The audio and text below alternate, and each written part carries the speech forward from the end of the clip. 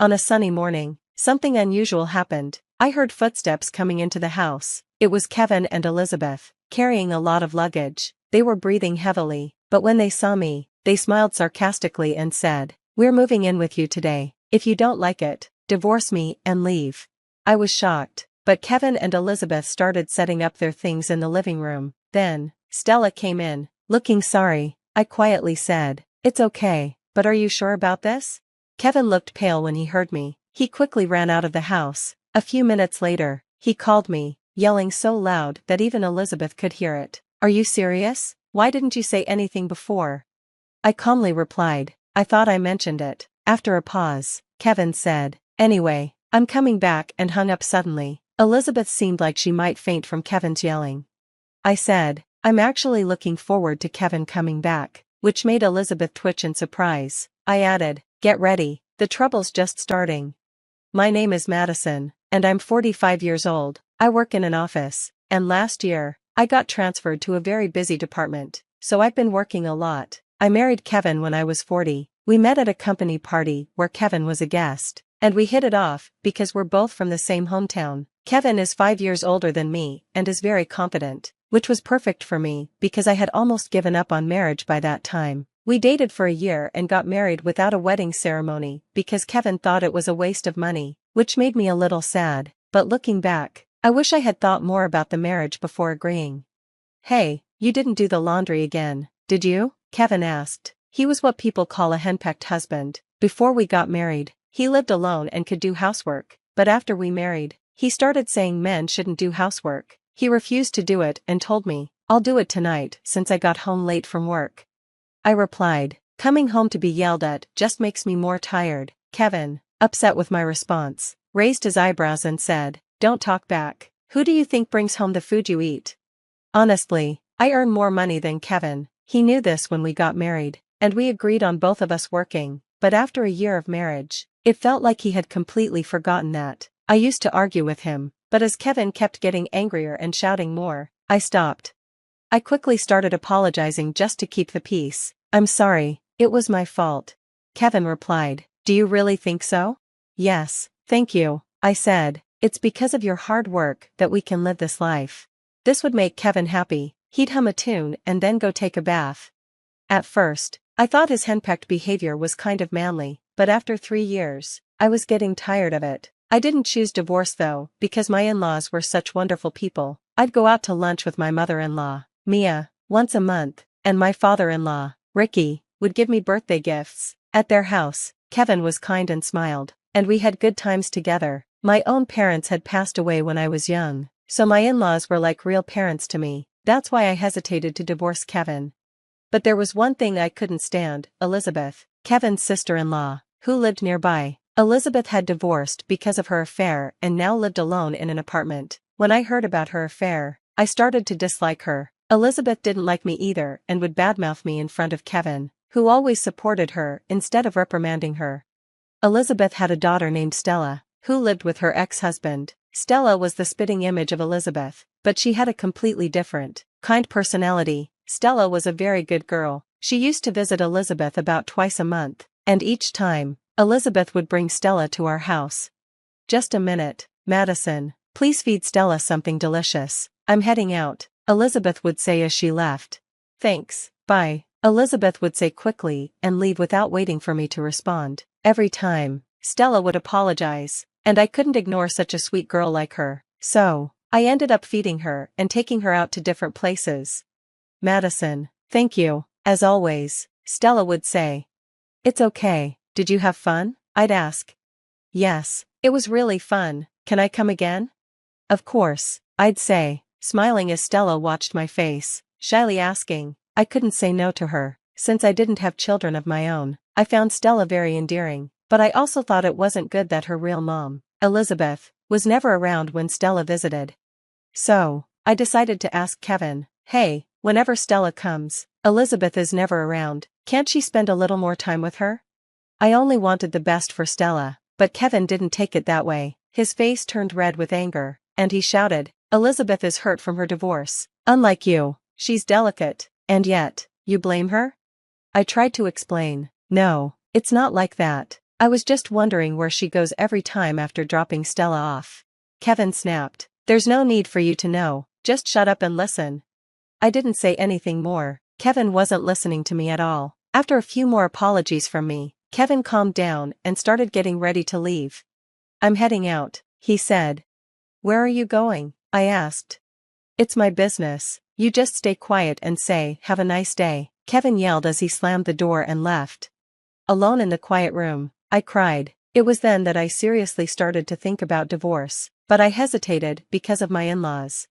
A little later, Mia, my mother-in-law, invited me to lunch, and I decided to go after a long time. Where are you going on your day off? Kevin asked. I'm going to lunch with Kevin's mom, I replied. Just don't talk about Elizabeth, Kevin warned me. Why not? I asked, not understanding what Kevin meant. Kevin shouted in frustration, can't you think a little? You're really stupid, just go already and don't talk about Elizabeth. Before I could respond, Kevin shoved me out of the house. Still upset, I went to meet Mia, and we talked over lunch. By the way, Elizabeth is coming over, right? Mia asked.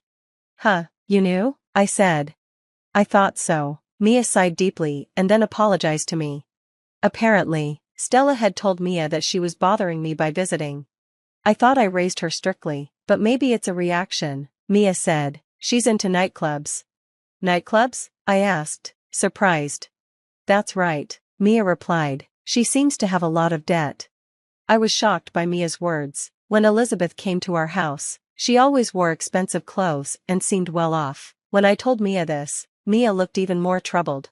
That child, we've cut ties with her, Madison. You should too, Mia said. Kevin's probably spoiling Elizabeth.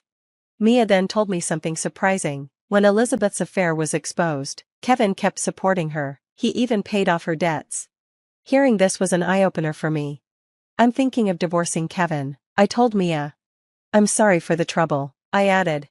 That's all right, I'll support you, Mia said, holding my hand.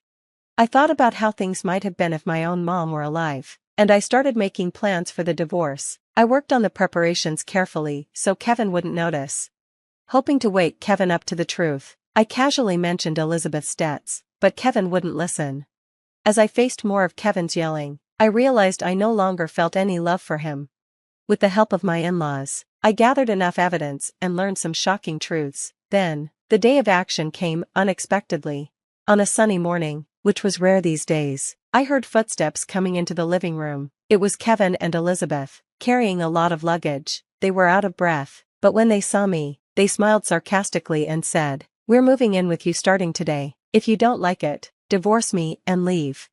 Ignoring my shock, Kevin and the others began spreading their things around the living room. Then, Stella, looking apologetic, followed them in. I quietly said, "It's okay, but are you sure about this?" Kevin turned pale when he heard me, then rushed out of the house. A few minutes later, he called. When I answered, he started shouting so loudly that even Elizabeth could hear it. "Are you kidding me? Why didn't you say anything before?" he yelled. "I thought I mentioned it," I said calmly. After a pause, Kevin replied, "Anyway, I'm coming back," and then hung up suddenly. Elizabeth looked like she might faint from Kevin's yelling. "I'm actually looking forward to Kevin coming back," I said. At my words, Elizabeth's shoulders tensed in surprise. "Get ready, the trouble is just beginning," I added. When Kevin returned, he immediately confronted Elizabeth.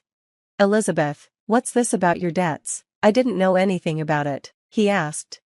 "It's just a small debt," Elizabeth answered, avoiding eye contact. I couldn't help but laugh at her response. Elizabeth glared at me, so I decided to respond. "Really, Elizabeth? Calling $150,000 a small debt? I couldn't call such a huge amount a small debt." Elizabeth turned to me with a face that looked like she might cry when I casually mentioned the amount, but I had no intention of letting her off easily. "The guy from the nightclub, he recently got married, right?" Elizabeth got dumped, huh? Kevin asked. "I'm not dumped," Elizabeth snapped. "Once I get this house, he'll come back to me, and when we sell this place, we'll use the money." Elizabeth had accidentally revealed her plan and looked at Kevin with a guilty expression. Kevin, confused, kept glancing back and forth between Elizabeth and me. I decided to tell Kevin the truth.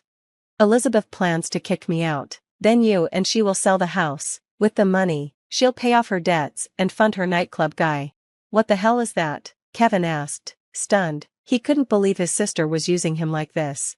Is this all a lie? Kevin asked, his voice shaking.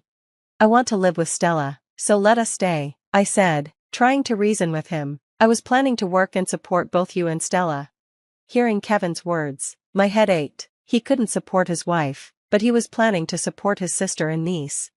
Elizabeth defiantly replied, you're just an ATM, big brother. Once we sell the house, I can go back to him. Won't you listen to my request? ATM? What's that about? Kevin asked, clearly confused. Enough, Elizabeth, Kevin shouted in frustration. The two of them kept yelling at each other, and it felt ugly and ridiculous. I wasn't the one who spoke up though, it was Stella. Enough, both of you, Stella said. I don't want to live together. I only came here today to say goodbye. What do you mean? Elizabeth and Kevin both asked, shocked. They stopped fighting and turned to look at Stella. Stella sighed deeply, then looked at Elizabeth with a cool, distant gaze. She started to speak slowly. Mom, you're not interested in my life, right? I think I told you before, but I'm going to study abroad starting high school. So, today I'm here to tell you goodbye. I never heard anything like that. Elizabeth raised her voice in shock. Stella looked at her with clear disdain. Because you never really listen to me, you're always chasing after men. I don't need a mom like that. Madison is my mom. What do you mean? Elizabeth glared at Stella, as if she were an enemy, but I was just as surprised. Stella walked up to me and hugged me tightly. Thank you for holding my hand, for the delicious meals, for listening, and for taking me places. You felt like a real mom. Stella's words warmed my heart. I felt so fulfilled and happy, as if everything I had done for her had finally paid off. I never had children, so I often worried if I was interacting with Stella the right way. That's why I was even more moved by her words. Stella, I too am happy to be with you. Do your best over there, I said, wiping away my tears.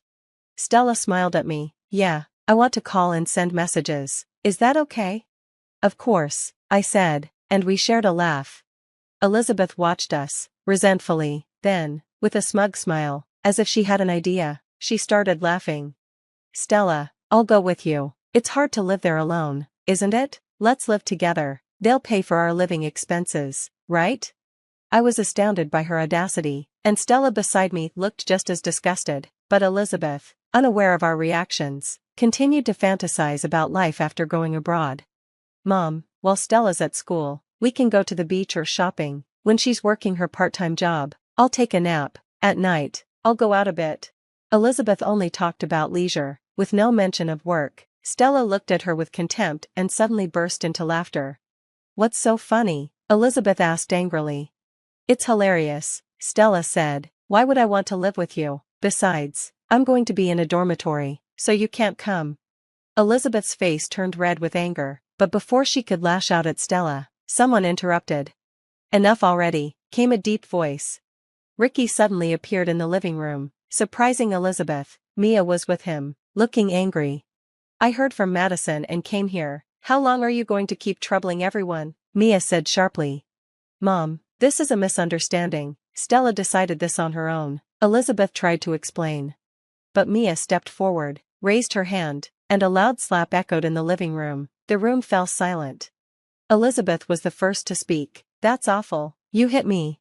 Mia retorted. You deserve it. I should have stepped in sooner. I left you alone after all the trouble you caused for Madison. We've arranged for you to stay with a relative. We're leaving now, Mia said. Elizabeth turned pale and looked to Kevin for help, but he avoided her gaze. Feeling betrayed, Elizabeth was led out of the house by Ricky. Kevin looked at me, pale-faced, and said, Hey, I'm sorry, I should have listened to Madison more. I'll listen from now on. Mia retorted, surprised by Kevin's casual words. What a naive thought.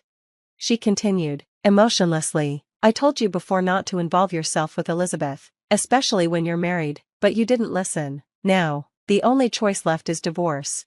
Kevin looked at me, shocked, and I smiled at him, feeling slightly relieved. I then prepared to drop the bombshell.